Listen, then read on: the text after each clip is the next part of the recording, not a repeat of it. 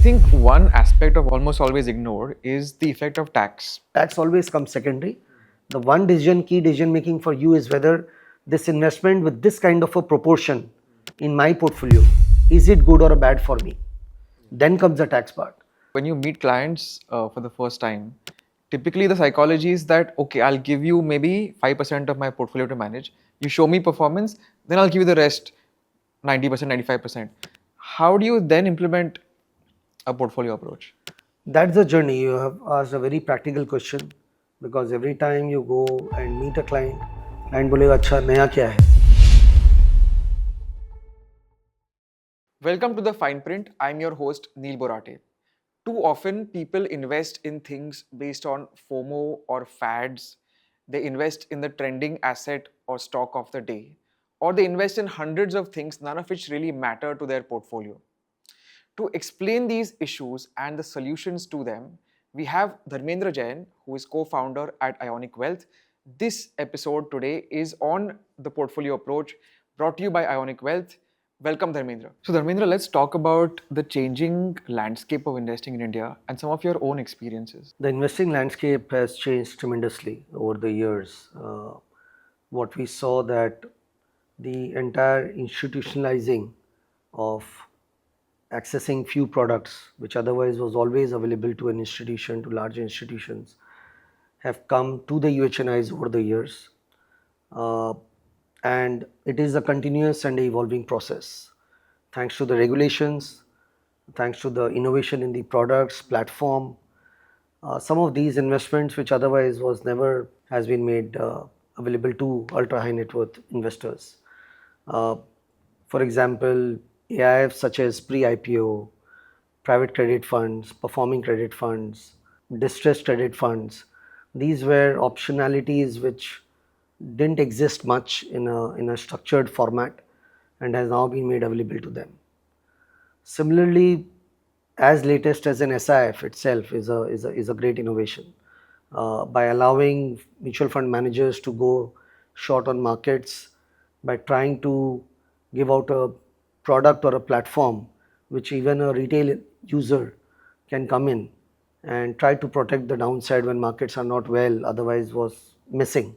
So these are a constant evolution, and global investing also is becoming very, very large. Sure.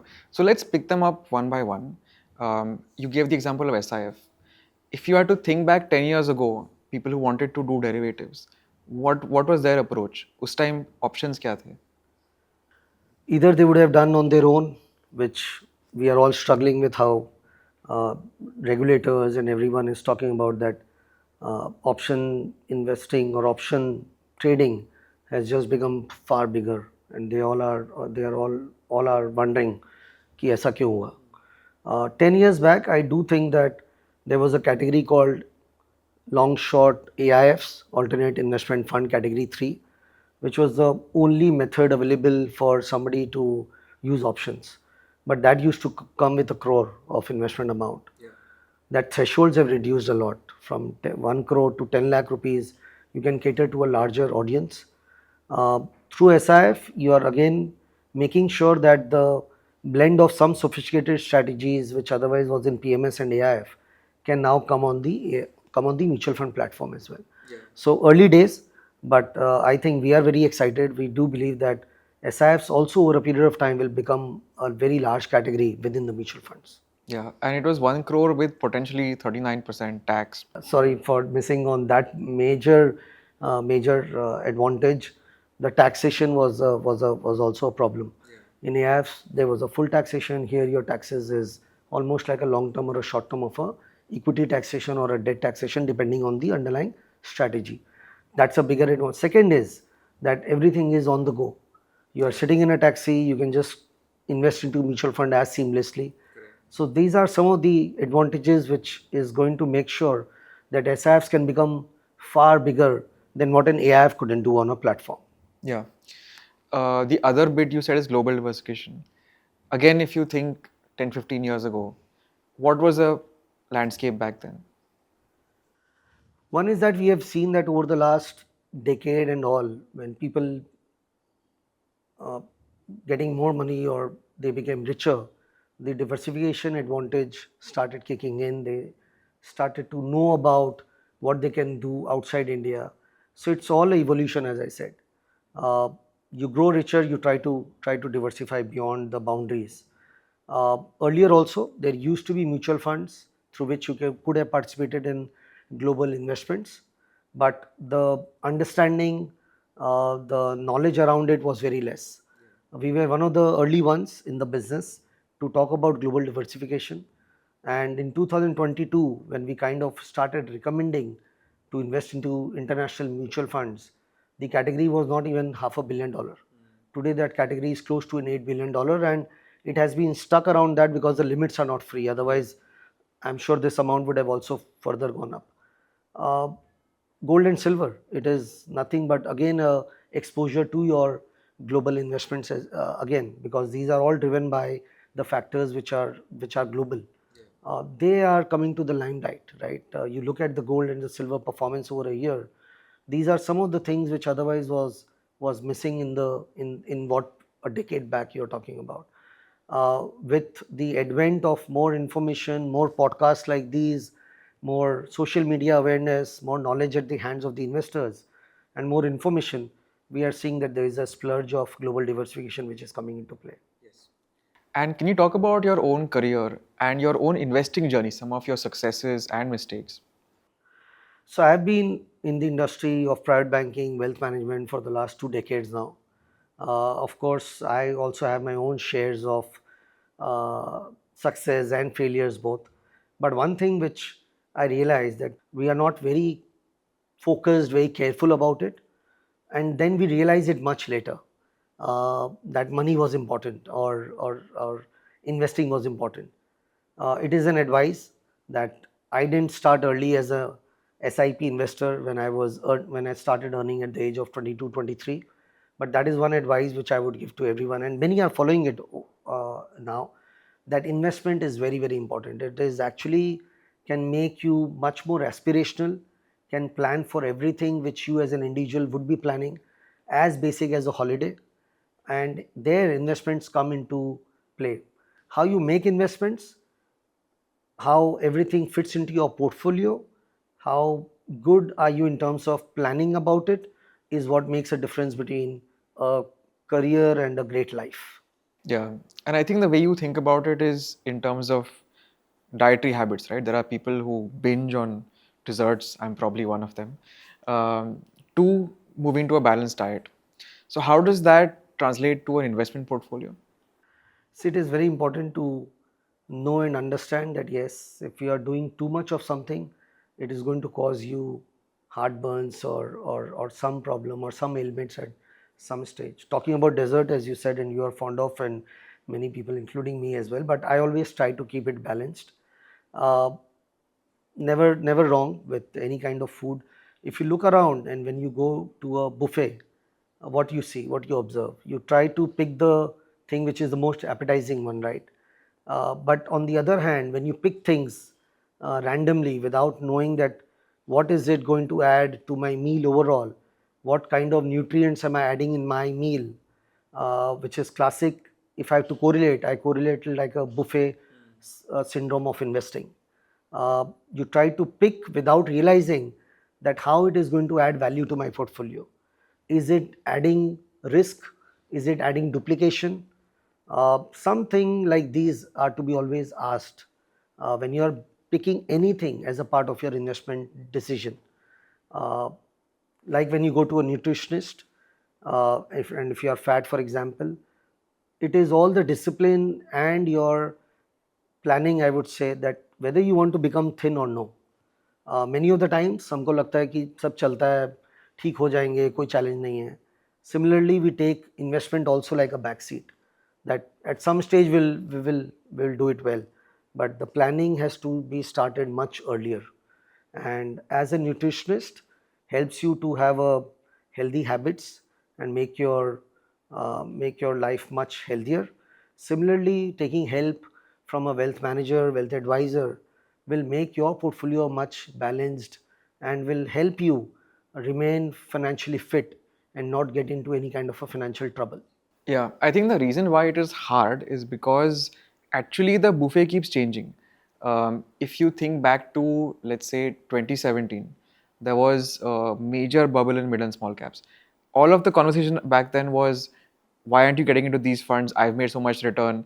And I think if there's one thing that people hate above all else is when their neighbors make more money than them.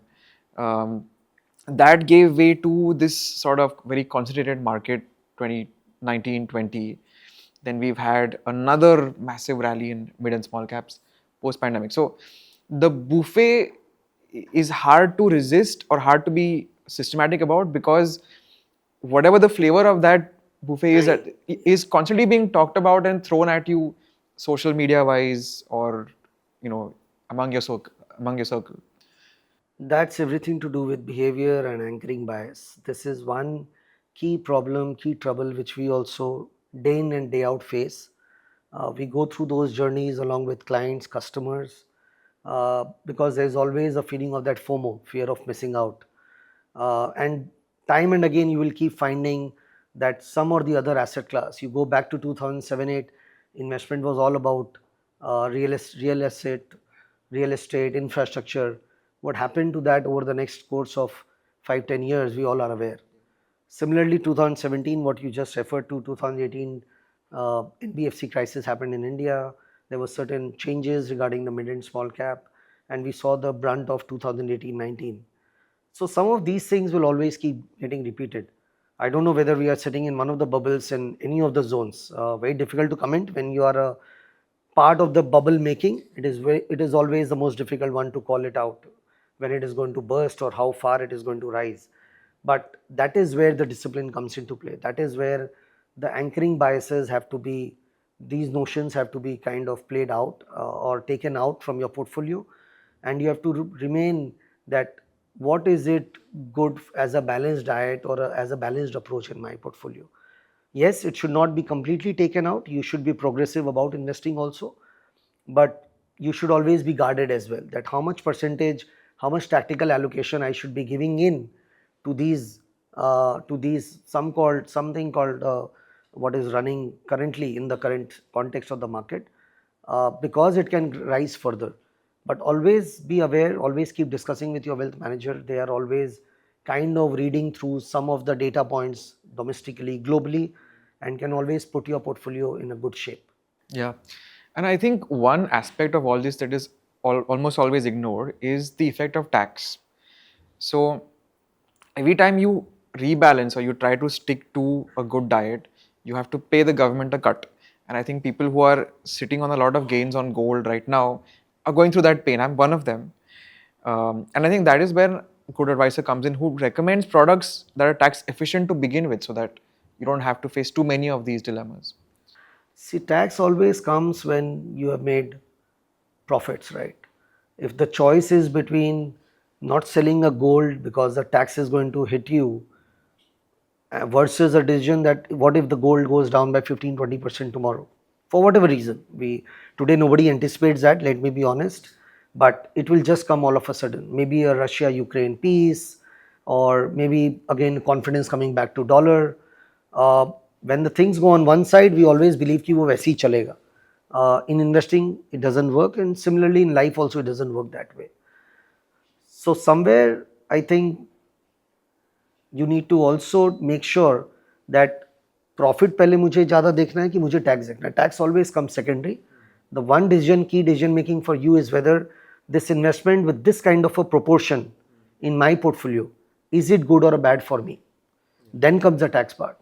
Yes, tax efficiency through mutual funds, through other means is always available, but that should be a secondary opinion or a secondary choice to an investor. So, Dharmendra, we've had a raging bull market in the past 5 years, and people have made CAGRs of 20% or more. So, anyone in that zone would say to you, ki, I made enough money through equity, why do I need to diversify? No, valid question, but you would have been extremely unhappy over the last 1 year. You've not even made 2%, leave aside or let go 20%. So that's a change. And that's again the anchoring bias, the rear view mirror kind of investing. And that is where the balance and the diversification advantages kick in. And at the fag end, and if you have missed out on a particular rally, that is where you again start to participate in. So now if you want to go into gold or silver just because your equities didn't do well, you actually are trying to do the same mistake what you just did on the equity part. And that is where investing across maybe equities, fixed income, commodities, global gives you that blend that you can absorb the shock much better. You can sleep peacefully, no pains, no stress, and this kind of a behavior is something which which asset allocation helps. Take out your biases, which might also be coming in because just आपने अभी last 1 साल 1.5 साल 2 साल जो observe किया आपको वही लगता है वही सही है. Psychology of money, I'm sure you would have read, and something what you have seen or observed over the last 3 to 4 years, you start to believing as a self-professing that यही होता होगा. That's not the right way. Correct. And you have some analysis around this? We have done a detailed study. We have taken 2 portfolios, one a managed one where you have your asset allocation and you dynamically manage that asset allocation also, and one is an unmanaged one where you have just taken random investments from maybe some hearsay. You don't know what all you are adding in the portfolio, and there is a huge difference not just in the returns but also on the risk. And many of the times we often ignore risk and talk only about returns. On a risk adjusted basis, the returns is almost a 1% higher on a per annum basis, which is a phenomenal compounding effect can come in. But the best part is also that the standard deviation is 2% less. Your portfolio is lesser volatile, you are getting higher returns, you achieve both the objectives by just being in a planned portfolio. Take in case any crisis, a COVID crisis, a GFC crisis in 2008, a 2018 NBFC crisis in India. If your portfolio was only geared towards one side of the portfolio, which you also just recently said about a mid and small cap का ही अगर हमारा अपना portfolio है तो क्या होता? And that is where these portfolios, they fall a lot more if you don't follow a asset allocation and dynamically manage that asset allocation. A 5% difference between both the portfolios takes away the alpha which you want to generate in a portfolio over a medium term. It can happen in one single event that the alpha is almost gone. Yeah. And I think too much of the conversation in more than the past decade has been about individual products that, financial services tends to say at different points of time that this product is good or that product is good. Whereas now I think you guys certainly are pioneering a more portfolio approach. Can you tell us a bit more about that? So as I said that, again the corollary of what we discussed on the buffet kind of investing, a portfolio where, for example, last year we gave a call of silver.